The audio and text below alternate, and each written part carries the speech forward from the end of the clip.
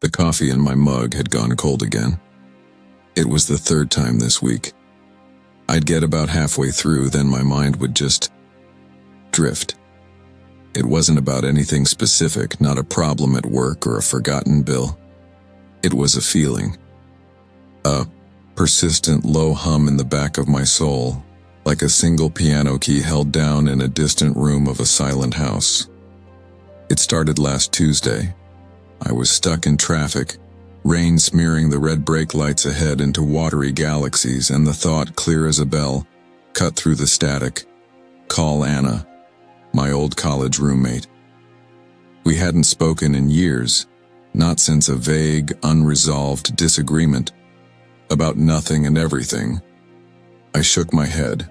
Random neuron firing. Stress. I switched the radio station, but it didn't stop. It became my mental background noise. Check on Mom. I did. She was fine, watching her shows, complaining about the price of eggs. You should have taken that other route. A pointless thought after I'd already arrived. Then, the dream. I was walking through an endless gray, foggy field, and from somewhere deep within the mist, a light was blinking. A steady, patient rhythm, a silent SOS. I'd wake up with a jolt, my heart pounding a frantic rhythm against my ribs, the echo of that silent pulse still hanging in the air of my dark bedroom. I told myself it was anxiety, too much screen time before bed, my brain's way of processing the clutter of modern life. I poured the cold coffee down the sink, the bitter dregs a taste of my own frustration. I was getting annoyed now. This undefined spiritual itch I couldn't scratch. Why couldn't it just leave me alone? It felt like someone was trying to show me a picture, but they kept their thumb firmly over the lens. I was tired of squinting. I was tired of the whisper. The rationalizations began to feel flimsy, like tissue paper against the growing storm of this presence. It wasn't a voice, not in any way I could explain without sounding unwell. It was more like a gravitational pull, a constant, gentle tugging behind my breastbone, steering me towards something I couldn't see. The blinking light from my dream had metastasized into a waking feeling, a thrum in my blood that was impossible to ignore. I decided to fight back with logic. I made lists. I wrote down every practical concern in my life, every project deadline, every social obligation I might be subconsciously avoiding. None of it fit. The feeling wasn't about stress, it was separate from it, a parallel track running alongside my daily life. I tried to exhaust it into silence. I filled every waking minute with noise, podcasts, music, mindless scrolling, anything, to drown out the quiet insistence within. But in the gaps in the shower, in the moment between turning off the lamp and sleep claiming me, it was there, waiting. The confrontation came on a Tuesday, just like it started. I was in the grocery store of all places, pushing my cart through the fluorescent-lit aisles in a daze. I was in the cereal section, debating between cinnamon and honey, when the pull became a shove. A physical, almost violent urge to leave. Right now. Not a gentle nudge, but a command that bypassed my brain and seized my muscles. My heart hammered against my ribs. This was insane. I had a half-full cart. I had a list. I stood there, frozen, my hand gripping the cold metal of the cart handle, engaged in a silent, terrifying war with myself.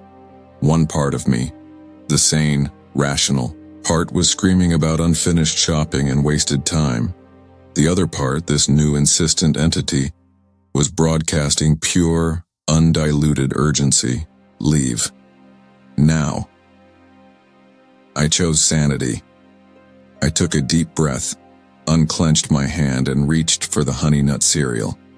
My body felt heavy, like I was moving through syrup. I felt a profound sense of wrongness, a spiritual nausea. I forced myself to continue, to the dairy aisle, to the checkout line. The entire time the internal alarm was blaring, a silent scream in my soul. I paid.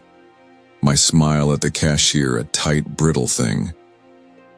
I walked out into the gray afternoon, pushing my cart toward the parking lot, and then I saw it. Or rather, I didn't.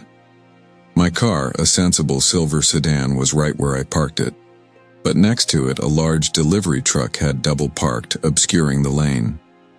A moment after I emerged, a car came speeding down the aisle, far too fast, swerving, at the last second to avoid the truck. It missed the rear of my car by inches, its tires screeching on the wet asphalt. The driver, a teenager on his phone, didn't even look up as he sped away. I stood there, frozen again, the plastic bags of groceries digging into my hands. The timeline unspooled in my mind with horrific clarity. If I had listened to that urge, if I had abandoned my cart and left just 2 minutes earlier, I would have been pulling out of that spot.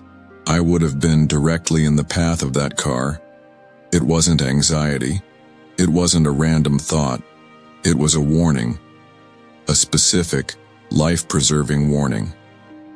The thumb over the lens wasn't obscuring the picture anymore. It had pressed down so hard the lens had cracked and the truth was flooding in. This was divine, this was God. And I had argued with it. I had treated the voice of my Creator like an inconvenient pop-up ad to be closed.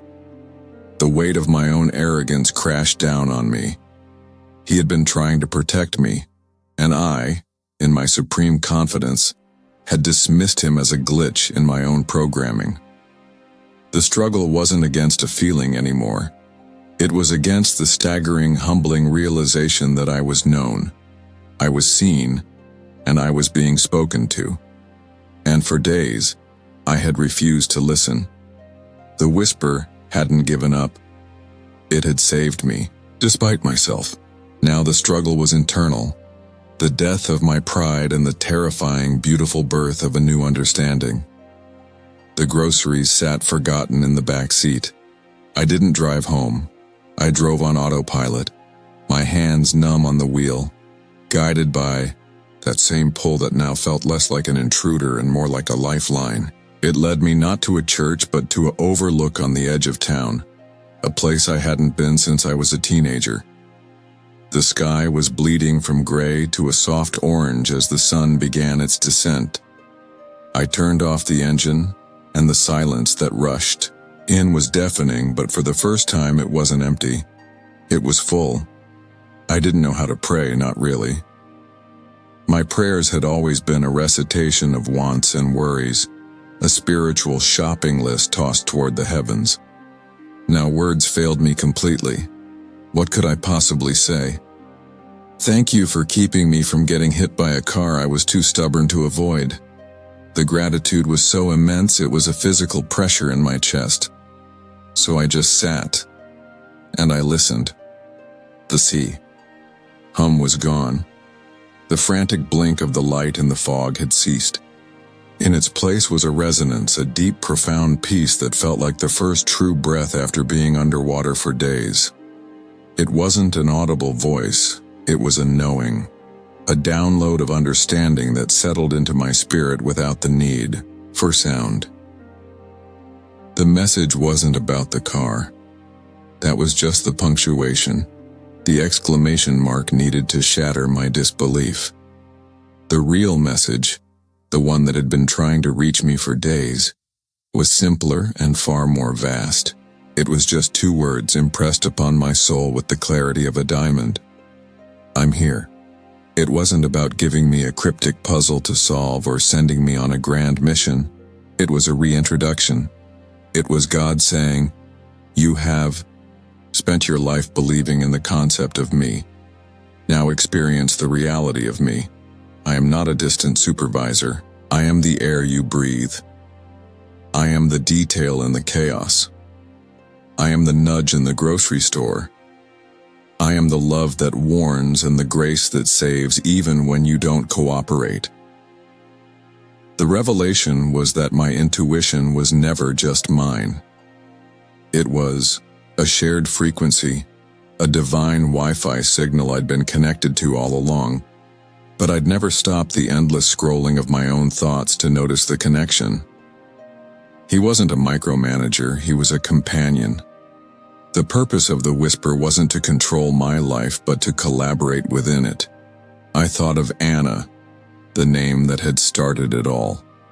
It wasn't a command to call her that instant. It was an invitation into a story God was writing in her life too, and He was offering me a role, a single line. It was an invitation to join Him in His work, to be His hands and feet, to be part of a narrative so much bigger than my own. I finally picked up my phone. My hands were no longer numb. They were steady. I didn't have a script. I didn't know what I would say, but the fear of awkwardness was gone, burned away by the overwhelming certainty that I was acting on a prompt from the divine director himself. I found her name and pressed call. It rang twice. Hello? Her voice was exactly the same, laced, with a hint of curiosity at the unknown number, and I spoke, my own voice clearer than it had felt in weeks. Anna, hey, it's me. I know this is out of the blue, but I was just sitting here and I felt like I was supposed to call you. I took a breath, listening to the new silence on the line, no longer a void but a canvas. So, how are you?